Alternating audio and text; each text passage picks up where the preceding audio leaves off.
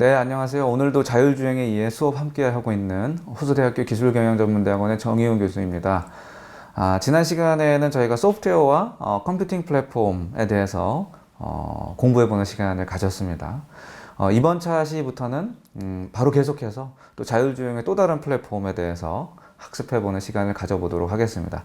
이번 시간에 배워볼 내용은 6주차죠. 6주차 자율주행 플랫폼의 이해 중에서도 통신과 지도 플랫폼에 대해서 배워보는 시간을 갖도록 하겠습니다. 그래서 이번 주차를 여러분이 학습을 하시고 나면 이 자율주행을 구성을 하고 있는 것이 물론 센서도 중요하고 또 소프트웨어나 컴퓨팅 플랫폼도 물론 중요하지만 또 그에 못지않게 우리 통신과 자율주행을 위한 그 지도 플랫폼을 구축을 하는 것도 매우 중요하구나 라는 것을 깨닫게 되실 수가 있을 겁니다. 그래서 3차 시에 걸쳐서 통신 플랫폼과 지도 플랫폼에 대해서 학습을 해보는 시간을 가지도록 하겠습니다. 뭐 주차별 학습目표 말씀드렸죠. 통신 플랫폼과 지도 플랫폼에 대해서 알아보는 시간 갖도록 합니다. 먼저 오늘은 통신 플랫폼에 대해서 좀 살펴보려고 합니다. 통신 플랫폼. 이 그림은 이제 뭐 너무 익숙해지셔가지고 머리에 뇌리에 박히실 정도가 됐죠. 그래서 저희가 계속해서 자율주행 플랫폼에 대해서 살펴보고 있는데 이제 거의 끝이 다가오고 있는 것 같습니다. 가장 먼저 배워보던 건 하드웨어 플랫폼이죠. 차체와 센서 플랫폼에 대해서 배웠습니다. 그래서 뭐 공간이나 조향, 가감속 시스템의 자율주행 시스템에서 어떻게 구성되거나 바뀌어야 하는지, 또 센서, 뭐 센서는 이렇게 일회성으로 끝이지 않고 계속해서 또 뒤에서 또 살펴볼 기회가 있을 겁니다. 뭐 다음 차시에 그 드론이나 AGV의 어떤 자율주행에 대해서도 센서는 계속 등장을 합니다. 센서는 여러분들이 아마 지겹도록 귀에 못이 박히도록 듣게 되실 것 같고요.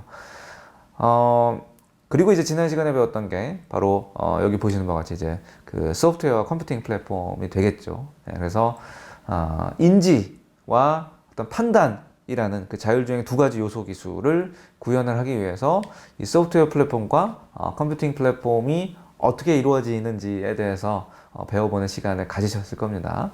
그리고 바로 오늘 이 시간과 이번 차시에 걸쳐서, 이번 주차에 걸쳐서 통신과 지도 플랫폼에 대해서 배워보는 시간을 갖도록 할 겁니다.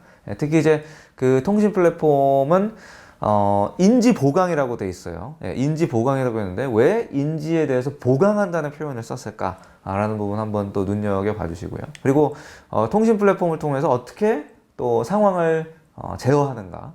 그런 부분들 당연히 중요할 겁니다. 지도도 마찬가지입니다. 지도도 마찬가지로 어떤 인지에, 우리가 지금까지 배운 플랫폼에 의하면 인지의 어떤 주된 역할을 하는 건 바로 이 센서거든요. 센서일 텐데 그 인지를 보강해주는 역할을 하는 것이 이 통신과 지도 플랫폼이라는 겁니다. 근데 거기에 더해서 통신은 어떤 이제 상황을 제어를 하는 거라면 이 지도 플랫폼은 이제 위치를 제어를 하는 거죠. 그래서 왜 통신과 지도 플랫폼이 상황 제어와 위치 제어를 하는 그런 플랫폼인지에 대해서 하나씩 좀 살펴보는 시간을 가져보려고 합니다. 준비가 되셨죠? 그러면 계속해서 수업을 진행하도록 하겠습니다. 제가 계속해서 강의를 하기 전에 강의 전 여러분들의 어떤 사전 이해도를 파악하기 위한 질문을 드리고 있습니다. 오늘 수업을 들으실 분들은 과연 이 부분에 대해서 얼마나 알고 계신지 한번 살펴보시기 바랍니다. 첫 번째 질문이죠. 나는 CITS, Connected Car, 뭐 V2X라는 용어에 대해서 혹시 모두 들어보신 분 계신가요?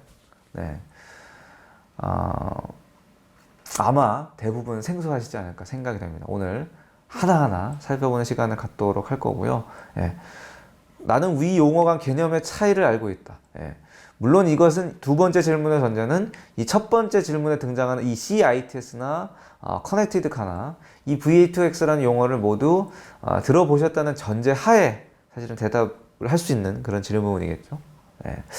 그리고 마지막으로 제가 드리고 싶은 거는 나는 웨이브와 또 CV2X가 무엇인지에 대해서 알고 있다. 예, 어떠신가요? 예, 오늘 CITS, Connected Car, V2X, Wave, CV2X. 예. 뭐 이 용어를 그래도 그나마 한두 개 정도는 들어보신 분이라면 그나마 수업이 좀 듣기가 편하실 텐데, 이 5가지 용어 모두 다 생소하다? 그렇다라고 하시면 오늘 수업에서는 뭐 이 용어를 이해하실 수 있게 되겠지만, 오늘 수업이 조금은 쉽지 않을 수도 있습니다. 하지만 어쨌든 제가 최대한 쉽게 풀어나갈 수 있도록 그렇게 노력을 해보겠습니다. 준비되셨으면 본격적으로 한번 진행을 해보겠습니다.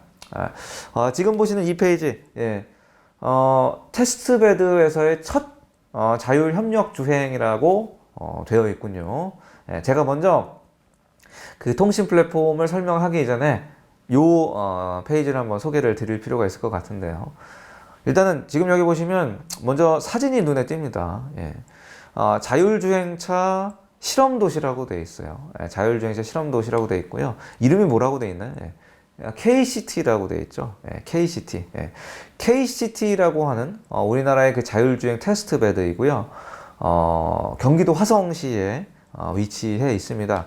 굉장히 꽤 넓은 부지에 걸쳐서 뭐 다양한 상황, 그렇죠? 뭐 여러 가지 뭐 차로, 신호교차로, 뭐 가로수길 등등의 여러 가지 상황에서 이 자율주행 자동차가 인지와 판단과 제어라는 3가지 요소를 통해서 제대로 운전을 하고 있는지를 말 그대로 시험을 하기 위한 인프라라고 생각을 하시면 되겠습니다. 이 KCT에 대해서는 또 우리가 뒤에 후반 주차 강의에서 다시 한번 살펴볼 일이 있을 겁니다. 어쨌든 지금으로서는 자율주행 차가 맞닥뜨릴 다양한 상황을 테스트하기 위한 하나의 인프라다라고 생각을 하시면 되겠습니다. 그래서 이제 이 테스트베드를 이제 구축했는데 여기에 있어서 이제 첫 자율협력주행이라는 테스트가 이루어진 거죠. 자율주행이지만 자율협력주행입니다. 즉 자율주행 기능을 보유한 2대 이상의 복수의 차량을 가지고 테스트를 했다라는 거죠. 국내의 한 통신사가 그 국토부 산하 이제 한국교통안전공단과 함께 화성에 있는 이 KCT라는 인프라에서 이 2대의 5G 기반의 자율주행 차를 가지고, 즉 5G 기반의 통신을 주고받는 자율주행 차를 통해서 이들이 이제 자율주행을 제대로 하고 뭐 교통 정보를 이제 5G 기반 통신하에서 제대로 이제 주고받는지 이제 그런 부분에 대해서 이제 협력 시험 주행을 진행을 하게 된 거죠. 제가 말씀드렸다시피 중요한 거는 이제 5G 기반의 통신이 이루어졌다라는 거예요. 5G 기반의 통신. 사실 5G라는 것 자체가 사실 상용화된 것이 얼마나 되지 않은 상황에서 이것을 벌써 이제 자율주행을 테스트할 때 적용을 했다라는 점에서 의미가 있는 거죠.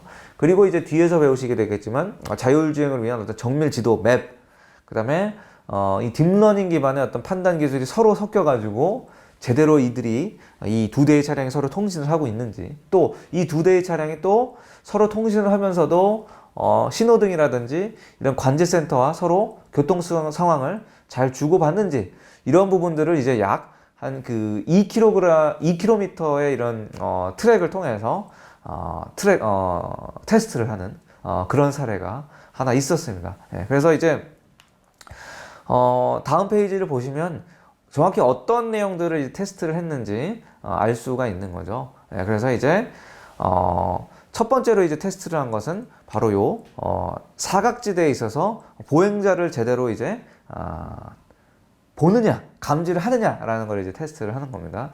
뭐 최근에 이슈가 되고 있는 거죠. 이제 스쿨존, 스쿨존에서 사실은 우리 어린이들이 또 갑자기 무단횡단을 하는 그런 상황이 발생할 수가 있거든요. 그래서 스쿨존에서 가령 무단횡단을 한다고 했을 때, 그런 어린이 모형이 등장을 한다라고 했을 때, 그 어린이 모형을 맨 처음에 누가 인지를 하냐? 바로 CCTV가 인지를 합니다. 건널목 근처에 설치되었던 CCTV가 어린이 모형을 인지를 하고, 그 어린이 모형을 인지를 한 뒤에 그것을 이제 그 5G망을 통해서 자율주행차에 그야말로 지연 없이, 딜레이 없이 전달을 하는 겁니다. 지금 건널목에 무단횡단을 할지도 모르는 어린이 모형이 감지가 되었다라고 하면, 통신을 이제 보내면 자율주행차가 그 통신 정보를 바탕으로 판단을 내리는 거죠. 서야겠다. 예, 무단횡단을 하기 때문에 무조건 서야 되는 거죠.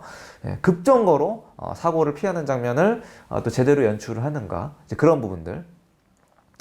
또 다른 하나는 이제 뭐 가령 예를 들어서 여기 보시면 뭐 다중추돌 사고 구간이 있을 때, 그러니까 예기치 못한 사고가 발생을 한 거죠.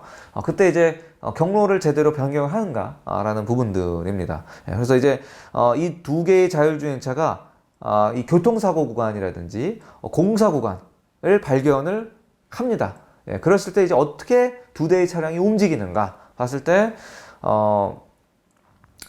일단은 앞서가는 차량이 먼저 이 공사 구간이라든지 교통사고 구간을 이제 발견을 합니다. 그럼 이제 뒤따르던 후발 자율주행 차량은 이제 속도를 줄이는 거죠. 속도를 줄이고 이 공사 구간이나 아니면 사고로부터 안전한 차선으로 변경을 해서 그런 주행을 하는 그런 모습들도 또 시연을 했고요. 또 여기 보시면 이제 무신호 교차로 통과합니다.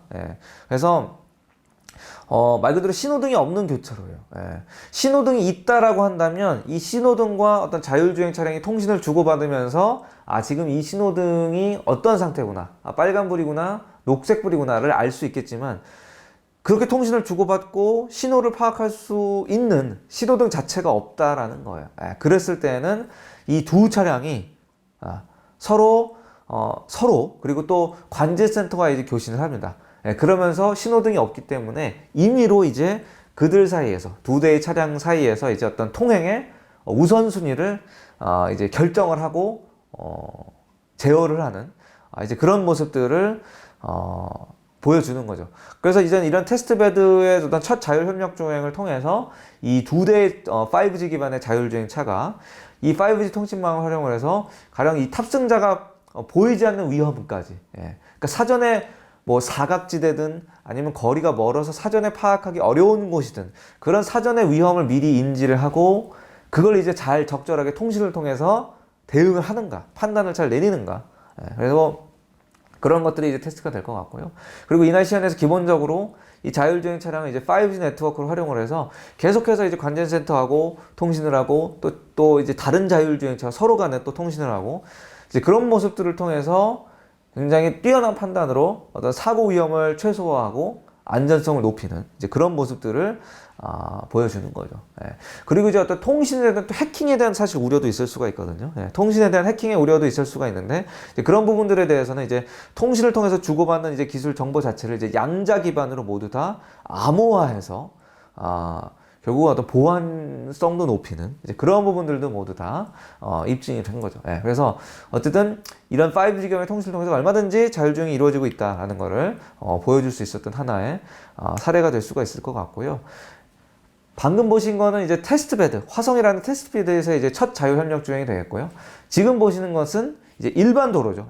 테스트베드가 아니라 진짜 실제 도로입니다. 실제 도로에서 또 첫 자율협력 주행을 하게 됩니다. 그래서 이제 마찬가지로 여기서도 5G 기반을 탑재한 차량이 자율주행으로 이제 일반 도로를 이제 최초로 달리게 되는 거죠. 그래서 이제 여기 보시는 바와 같이 LG U+라는 이제 국내 통신사에서 그 LG 사이언스 파크 일대에 있습니다. LG 사이언스 파크 일대 그 일반 도로 한 2에서 3km 정도가 되는 그 구간이 있는데요. 거기를 이제 15분 동안 이제 주행을 하면서 뭐 자율주행 차량을 원격으로 호출을 하는 모습들도 또 보여주고요.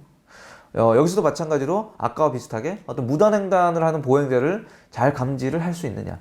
또 보행자뿐만 아니라 뭔가 어떤 긴급하게 접근하는 차량, 뭐 앰뷸런스라든지 그런 부분들에 대해서도 잘 알려주느냐. 그리고 사고 현장을 잘 회피를 하느냐. 이런 부분들에 대해서 잘 이제 이 자율주행 차량이 통신을 통해서 잘 대응을 해내는지 그런 모습들을 통해서 이 자율주행차가 역시나 일반 도로 주행에서도 문제없이 잘 달리는구나 라는 모습들에 대해서 이제 보여주는 거죠. 특히 이제 아까도 말씀드렸지만 또 신선했던 거는 이제 자율주행차를 원격으로 호출을 하는 겁니다. 그래서 스마트폰 앱을 활용을 해서 자율주행차를 탑승 지점으로 부르게 되는 거죠. 이거는 자연스럽게 우리가 이제 후반 주차에서 살펴볼 차량 공유라는 또 플랫폼 수업과도 연결이 되는 부분인데요. 이렇게 마치 차량 공유 호출 서비스를 이용을 하듯이 스마트폰 앱을 활용을 해서 자율주행차를 이제 탑승 지점으로 또 부르고, 예.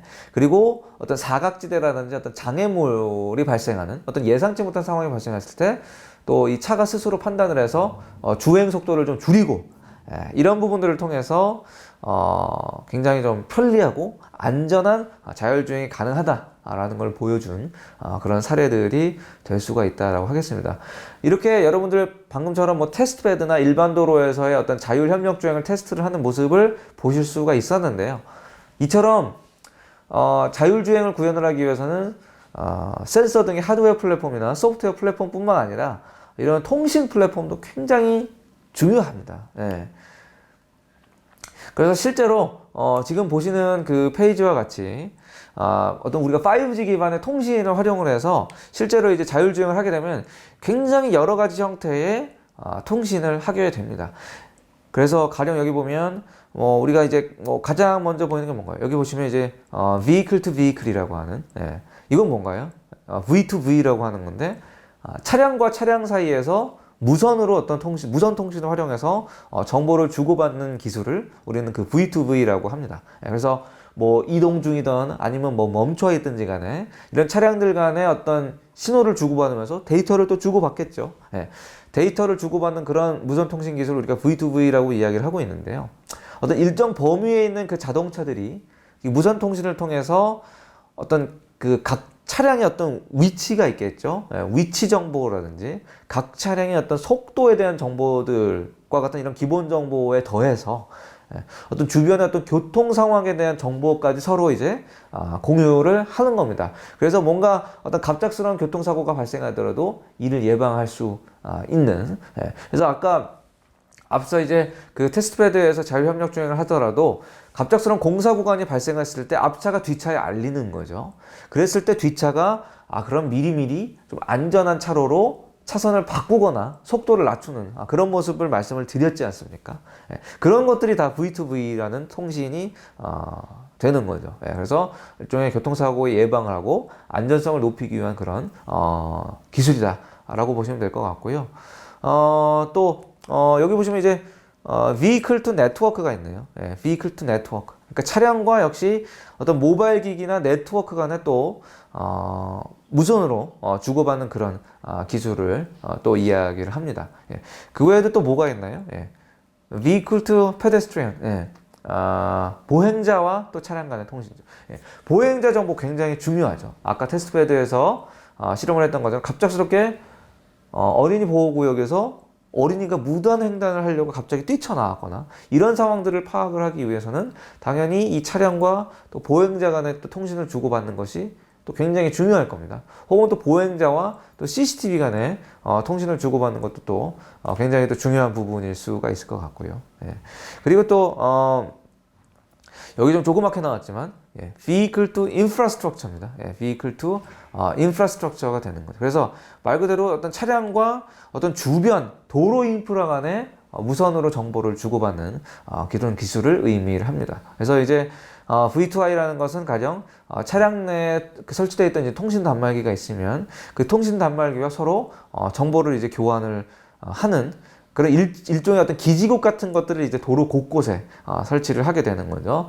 그래서 이런 기지국을 통해서 어떤 주행 정보도 수집하고 또 이를 또 중앙 서버에 보내면 중앙 서버에서 그걸 분석을 해가지고 전반적인 이런 교통의 흐름이나 어떤 상황이라든지 그리고 어떤 전반적인 사고에 대한 정보라든지 이런 것들을 차량 혹은 차량 내 탑승자에게 제공하라는 그런 그 기술이 되겠습니다. 그리고 이제 이런 그 V2I 통신 기술은 이런 V2V 차량과 차량의 통신 기술과 결합을 해서 바로 뒤에서 배우시게 될 ITS라든지 CITS 시스템에서 이제 주로 활용을 하게 되는 겁니다. 그래서 이런 V2V, 뭐 V2I, V2P, V2N 이런 기술들을 이제 우리가 통틀어서 바로 V2X. 그래서 Vehicle to Everything이라고 하는 차량 사물 통신이라고 부르게 되는 겁니다. 이런 모든 것들이 결국은 뭐냐? 이 자율주행 차량의 안정성을 고도화하기 위한 필수 기술이다라고 보시면 되겠습니다. 그리고 제가 사실은 이 각각의 용어에 대해서 뒷페이지에 제가 사실은 설명을 좀 해놨습니다. 그래서 V2X라는 것은 이제 도로에 존재하는 모든 차량과 인간이라든지 사물과 통신을 통해서 정보를 주고받는 기술이다. V2V는 차량 간 통신이다. V2I는 신호등이나 기지국 등 도로 주변의 인프라로부터 다양한 정보를 주고받는 것을 말한다. 그리고 V2N이라는 것은 내 차와 각종 어떤 무선 기기를 연결을 하는 그런 기술을 이야기를 하게 되는 겁니다. 그래서 특히 이제 이런 V2I와 V2V라는 기술들이 등등의 이제 결합을 해서 이런 그 ITS 시스템 내지는 그 C ITS 시스템을 구축을 하는 거다라고 말씀을 드렸습니다. 그래서 C ITS 기술만 먼저 말씀을 드리면, 현재 ITS 기술이라는 것은 뭐 여러분들 쉽게 말씀드려서 뭐 버스가, 여러분 버스 정류장에 버스가 몇 번 버스가 뭐 몇 분 뒤에 도착을 합니다. 이런 정보들, 뭐 현재 어떤 그 일종의 원웨이로 일방향으로 이 차량과 도로 간 뭐 교통 정보들을 수집하고 제공하는 그런 시스템이 이제 현재 ITS 시스템인데, 결국은 이런 자율주행을 통해서 어떤 통신 시스템의 어떤 쌍방향 통신을 통해서 구현하는 것은 그보다 조금 더 향상된 바로 이 CITS 기술이라는 거죠. CITS는 이제 원웨이가 아니라 투웨이, 양방향이라는 것이 이제 가장 큰 차이점이라고 할 수가 있겠습니다. 그래서 가령 자율주행 차량이 주행을 한다라고 했을 때 운전자에게 어떤 주변의 어떤 교통 정보라든지 갑작스러운 어떤 사고 위험 정보라든지 이런 것들이 이제 실시간으로 쌍방향으로 이제 제공을 하는 겁니다. 그래서 이 CITS라는 거는 우리가 방금 살펴봤던 이제 V2I라든지 V2V라든지 뭐 V2P라든지 이런 어떤 도로교통 시스템 구성 요소 간의 이런 통신 시스템이라든지 또 어떤 개인 그런 이동 단말기라든지 이런 것들을 통해서 끊임없이 이제 투웨이로 어떤 이런 정보들을 주고받는 거죠. 그래서 실시간으로 조금 더 능동적으로 교통사고라든지 어떤 뭐 장애물이 있다라든지 어떤 주변에 대한 차량 정보라든지 이런 것들을 실시간으로 투웨이로 공유해서 위험을 최소화하는 것들이 어떻게 보면 이런 V2X 통신 기반으로 꿈꾸는 그런 미래형 교통 체계다라고 말씀을 드릴 수가 있을 것 같습니다. 그래서 이제 그렇다라고 하면 이런 차량 사물 통신을 통해서 바로 우리가 기대하는 건 뭐냐? 바로 CITS라는 교통 체계를 구축을 하는 것도 있지만 결과적으로는 하나의 차가 커넥티드 카가 되는 거죠. 모든 것들에 연결되어 있는 차량이 어떻게 보면 이런 통신 기술을 활용을 해서 자율주행 차량이 나아가야 할 그런 길이 아닌가라고 생각이 됩니다. 그럼 여기서 커넥티드 카라는 건 뭔가요, 여러분? 커넥티드 카라는 표현 들어보셨나요? 연결돼 있다. 뭐에 연결돼 있나? 말 그대로 주변 모든 거에 연결돼 있죠. 자, V2I 차량이 기지국이라든지 어떤 도로 신호등이라든지 이런 모든 인프라와 연결이 되어 있는 겁니다. V2P 보행자와 그 모든 사람들과 연결이 되어 있는 거죠. V2V 주변의 모든 차량과 연결이 되어 있는 겁니다. 그러면 이제 중요한 것은 여기서 중요한 것은 이런 커넥티드 카를 통해서 기대할 수 있는 효과가 뭐냐라는 거죠. 뭐냐? 바로 이런 것들을 기대를 할 수가 있는 겁니다. 우리가 이런 VTX 기반의 커넥티드 카를 통해서 어떤 위험 상황을 미리 알려주거나 인프라와 통신을 통해서 뭐 가령 주차 정보에 대한 정보도 미리 파악을 할 수가 있죠. 정확히 어느 건물에 어느 위치에 몇 대의 공간이 남아 있다더라. 그리고 뭐 신호에 대한 변경 시간이라는 것들, 신호가 변경하려면 몇 초가 남았더라. 그런 부분들의 정보를 확인할 때 이제 사용을 할 수가 있는 거죠. 그래서 완벽한 자율주행을 할 때 정말로 필요한 기술인데 구체적으로는 이렇습니다. 아까 이제 테스트베드를 통해서 일반 도로에서 첫 자율협력주행을 통해서 원격 호출 서비스 테스트를 했었죠. 스마트폰 앱을 활용을 해서 차량을 실시간으로 호출을 할 수도 있고요. 그리고 내가 이제 주차되어 있는 차량을 미리 호출을 하면 그 주차된 차량에 대한 출차 시간도 단축을 할 수 있는 거죠. 이런 차량과 인프라와의 통신을 활용을 해서 기본적인 교통사고도 예방할 수가 있습니다. 차량 추돌 방지도 할 수 있습니다. 그래서 전방 차량에 대한 돌발 상황이라든지 뭔가 어떤 급감속 등 이런 상황들에 대해서 후방 차량들에 대해 미리 정보를 제공을 하면 자율주행 차량이 미리 감속을 해서 교통사고를 발생할 수가 있죠. 지금 사실 안타깝게도 자율주행 차량 완벽한 자율주행이 아니기 때문에 사실은 지금은 대부분 인간이 모든 상황을 통제를 하지 않습니까? 그러다 보니까 이런 가끔 터널이나 도로 위에서 다중추돌 사고가 많이 발생하는 거 보실 수 있을 겁니다. 근데 이제 그런 부분들에 대해서 차량이 서로 통신을 해서 미리미리 그런 부분들에 대한 정보를 공유를 하게 되면 이런 돌발 상황들이 앞으로는 없어지게 되는 거겠죠. 네. 갑작스러운 무단횡단 감지한다? 여러 번 말씀을 드렸습니다. CCTV를 활용을 해서 이런 무단횡단을 사전에 감지를 해서 먼 거리에 있는 차량이 미리 감속을 하고 대응을 할 수 있게끔 하는 환경을 제공을 해주는 거죠. 또 사각지대, 지금은 여러분들 뭐 룸미러가 아니죠. 사이드미러로 뭐 뒤에 있는 차량에 대해서 이렇게 모니터링을 하시는데 이런 비가시 영역에 대한 위험도 미리 알리는 경우, 사실 이런 정도의 기능은 이미 사실 지금 차량에도 탑재가 되어 있습니다만, 그리고 어떤 갑작스러운 공사 구간이라든지 어떤 사고 구간에 대해서 이렇게 뭐 미리 알릴 수도 있고, 또 이런 앰뷸런스와 같은 또 긴급 차량을 인식을 해서 또 거기에 따라서 또 적절하게 대응을 하고 있는지 어떻습니까? 실제로 도로에서 발생할 수 있는, 한 번쯤은 모두 일어날 수 있을 법한 그런 상황들이죠. 그래서 이러한 다양한 시나리오에 대해서 자율주행 차량이 완벽하게 대응을 할 수 있으려면 통신 시스템이 꼭 필요하다라는 부분들을 염두에 두셨으면 좋겠습니다. 그래서 오늘 일단은 그 통신 시스템, 통신 인프라, 통신 플랫폼에 대해서 계속 말씀을 드리고 있는데요. 제가 여기서 질문을 하나 드리겠습니다. 자율주행 차량에서는 그 센서가 잘 구축이 되어 있다라고 말씀을 드렸는데 왜 통신이 필요할까요? 지금 질문을 듣고 어느 정도 좀 답을 찾으셨다면 아마 제가 보람찬 수업을 한 거가 맞는 것 같습니다. 다음은 또 자율주행 차량에 통신 인프라 시스템이 구축이 되어 있다면 어떤 일이 생기게 될까요? 그래서 그 부분들에 대해서 이제 답을 찾을 텐데요. 자율주행 차량에는 이렇게 보시는 바와 같이 다양한 센서가 장착이 되어 있죠. 근데 이 센서만으로는 사실은 모든 시나리오에 대해서 완벽하게 대응을 할 수 있는 것은 아닙니다. 그렇기 때문에 이런 커넥티드 카라는 시스템이 필요한 거겠죠. 또 이런 상황도 있을 수가 있을 것 같아요. 여러분 신호등의 상태, 빨간불인지 초록불인지 뭐 노란불인지, 만약에 센서로만 이 상황을 모두 인식한다면 어떨까요? 통신이 아닌 센서로만 인식한다면 이 센서가 이 불이 뭐 녹색불인지 뭐 빨간불인지 노란불인지 재료를 인지를 못할 수도 있을 거예요. 인지의 오류를 일으킬 수도 있다는 거죠.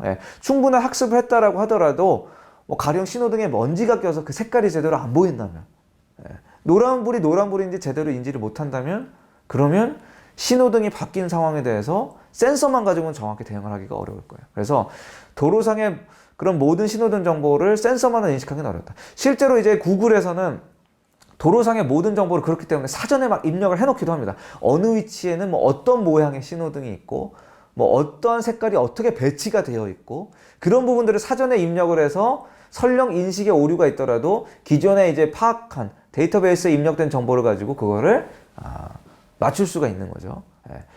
근데 이제 그런 센서 기반으로 그런 것들을 이제 인식하기는 힘들기 때문에 보시는 바와 같이 이제 이건 이제 CES 2018에서 액티브 리프트라는 자율주행 솔루션 업체와 차량 공유 업체가 합작을 해서 이 신호등 정보를 이제 DSRC 기반의 통신으로 이제 받아들이는 겁니다. 그래서 이 통신 정보를 바탕으로